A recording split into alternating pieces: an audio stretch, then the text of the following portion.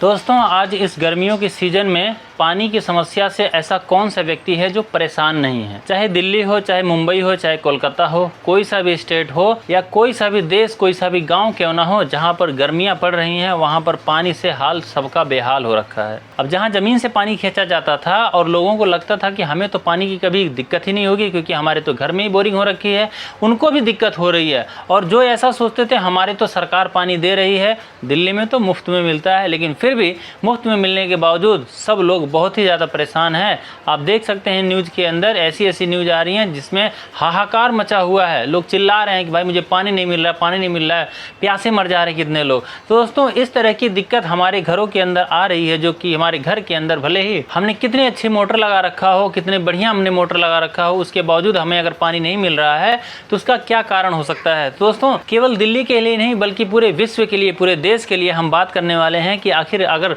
आपके पास में बड़ी से बड़ी मोटर है फिर भी अगर आपको पानी जो पहले मिल रहा था अब नहीं मिल रहा है तो उसका क्या कारण है और इस समस्या का समाधान कैसे किया जा सकता है। आज की इस वीडियो के अंदर दोस्तों हम चर्चा करने वाले हैं जिससे कि आपको होने वाली पानी की समस्या से निजात मिल सके। तो चलिए दोस्तों स्टार्ट करते हैं वीडियो को। मैं हूं रामू प्रसाद और आप हैं ऐसी सॉल्यूशन यूट्यूब चैनल पर।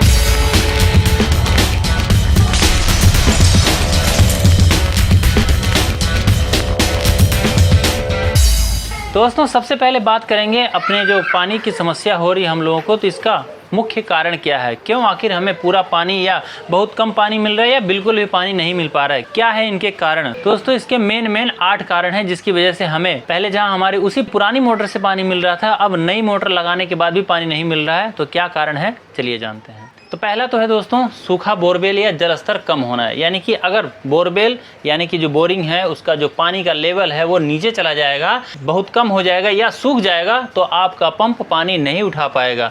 और दूसरे नंबर पे दोस्तों है एयर लॉक, यानी कि पंप में एयर लॉक होने से भी पानी का प्रवाह रुक सकता है। यह तब होता है जब पाइप में हवा फंस जाती है।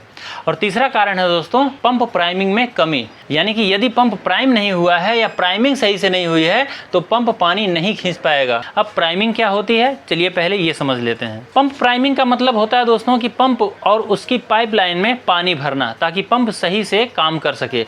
और चौथा कारण है दोस्तों फुटवॉल यानी चेक वॉल में समस्या, मतलब कि जैसे फुटवॉल होता है हमारे पाइपों के अंदर, पानी जहाँ सेक्शन लाइन होती है उसमें है, या चेक वॉल लगा हुआ था हमारी मोटरों के अंदर, अगर वो खराब हो गया होगा या उसके अंदर कुछ कचरा वगैरह फंस गया होगा तो आपकी मोटर पानी नहीं उठा पाएगी, उसका जो पानी का प्रवाह होता है वो रुक जाता है। पांचवा कारण है दोस्तों लीकेज, यानी कि पाइपलाइन में कहीं पर भी लीकेज हो सकता है जिससे पंप पर्याप्त पानी नहीं उठा पाएगा जितना आपको चाहिए। और छठा कारण है दोस्तों एम्पेलर या पंप पार्ट में जाम, यानी कि पंप के एम्पेलर या अन्य हिस्सों में कचरा या गंदगी फंसने से यह पंप ठीक से काम नहीं करेगा।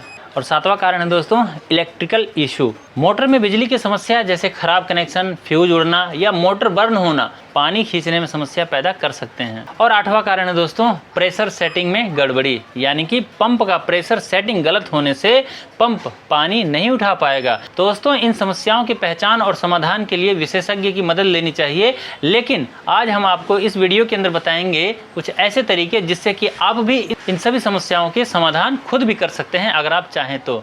दोस्तों इन सभी समस्याओं का समाधान स्टेप बाय स्टेप करेंगे, जैसे हमने 1 नंबर 2 नंबर की तरह बताया था वैसे ही हम यहाँ पे आपको बताने वाले हैं। तो दोस्तों सूखा बोरवेल या जल स्तर कम होने की जो समस्या है इसका समाधान है कि बोरवेल की गहराई बढ़ाने पर विचार करें, वैकल्पिक रूप से पानी के अन्य स्रोतों की पहचान करें या वर्षा जल संचयन प्रणाली का उपयोग करें। दूसरे नंबर पर जो एयर लॉक की समस्या थी उसका समाधान है कि पाइप में हवा निकलने के लिए ब्लीच वाल्व का उपयोग करें, यानी कि जिससे पाइप की जो कचरे वगैरह है वो जल जाए, वो साफ हो जाए और आपके जो पानी जाने का रास्ता वो साफ हो जाए पूरा तरह से। इसके लिए एक उपाय और कर सकते हैं कि पाइपलाइन को हल्का सा झटका दें ताकि हवा बाहर निकल सके। तीसरे नंबर की जो समस्या थी दोस्तों पंप प्राइमिंग में कमी, इसका समाधान है कि पंप को सही तरीके से प्राइम करें, यानी कि प्राइमिंग प्रक्रिया का पालन करें। वो प्रक्रिया क्या है दोस्तों, सबसे पहले पंप को बंद करें, उसके बाद में पंप के प्राइमिंग पोर्ट को खोलें, प्राइमिंग पोर्ट में पानी डालें जब तक कि पानी से पाइपलाइन और पंप पूरी तरह से भर न जाए, और उसके बाद में प्राइमिंग पोर्ट को अच्छी तरह से बंद करें और उसके बाद पंप को चालू करें और देखें कि पंप पानी खींच रहा है या नहीं। और अगर पंप सही तरीके से प्राइम हो गया है और फिर भी पानी नहीं खींच रहा है तो अन्य समस्याओं की जांच करनी चाहिए, जैसे कि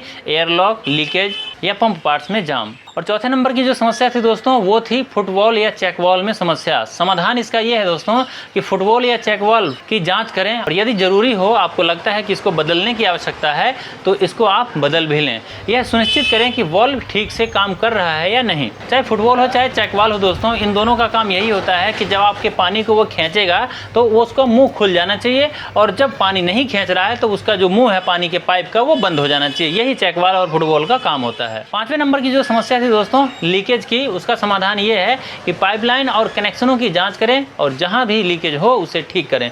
अगर पाइप टूटा हुआ है तो उसे बदल लें। और छठे नंबर की जो प्रॉब्लम थी दोस्तों एम्पेलर या पंप पार्ट में जाम, तो इसको ठीक करने के लिए आपको इसको जो समाधान का जो प्रक्रिया अपनानी है वो ये है दोस्तों कि पंप को खोलें और एम्पेलर और अन्य हिस्सों की सफाई करें और जो भी गंदगी या कचरा है उसको हटाएं और पंप को दोबारा असेंबल कर लें और उसके बाद उसको चलाएं। और सातवें नंबर की जो समस्या है दोस्तों इलेक्ट्रिकल इशू, इसका समाधान ये है कि इलेक्ट्रिकल कनेक्शनों की जांच करें। अगर फ्यूज उड़ा हुआ है तो उसे बदल लें। इसके बाद मोटर की जांच करें और अगर मोटर बर्न हो रही है यानी कि बहुत ज्यादा गर्म है या जल रही है या वो जल गई है तो उसे भी आप बदल लें। इसके लिए आपको एक इलेक्ट्रीशियन की आवश्यकता जरूरत पड़ सकती है, उसकी आप मदद ले सकते हैं। और आठवें नंबर की जो समस्या है दोस्तों प्रेशर सेटिंग में गड़बड़ी, इसका समाधान कुछ इस प्रकार है कि पंप के प्रेशर सेटिंग की जांच करें, यानी कि जो हेड हमारा जो प्रेशर मारता है ऊपर में उसकी जांच करें। कहीं उसके अंदर कुछ ऊपर से आकर के तो नहीं फंस गया है, कोई उसके अंदर कोई दिक्कत तो नहीं हो गई है, या उसके आगे कोई वाल्व वगैरह लगा हुआ उसको हमने कहीं बंद तो नहीं कर रखा है। तो ये सब की जांच करें और उसको सही तरीके से सेट करें। अगर प्रेशर स्विच में समस्या है तो उसे बदल लें। तो इन सभी समस्याओं के समाधान के लिए आप अपने तरफ से एक बार कोशिश कर सकते हैं,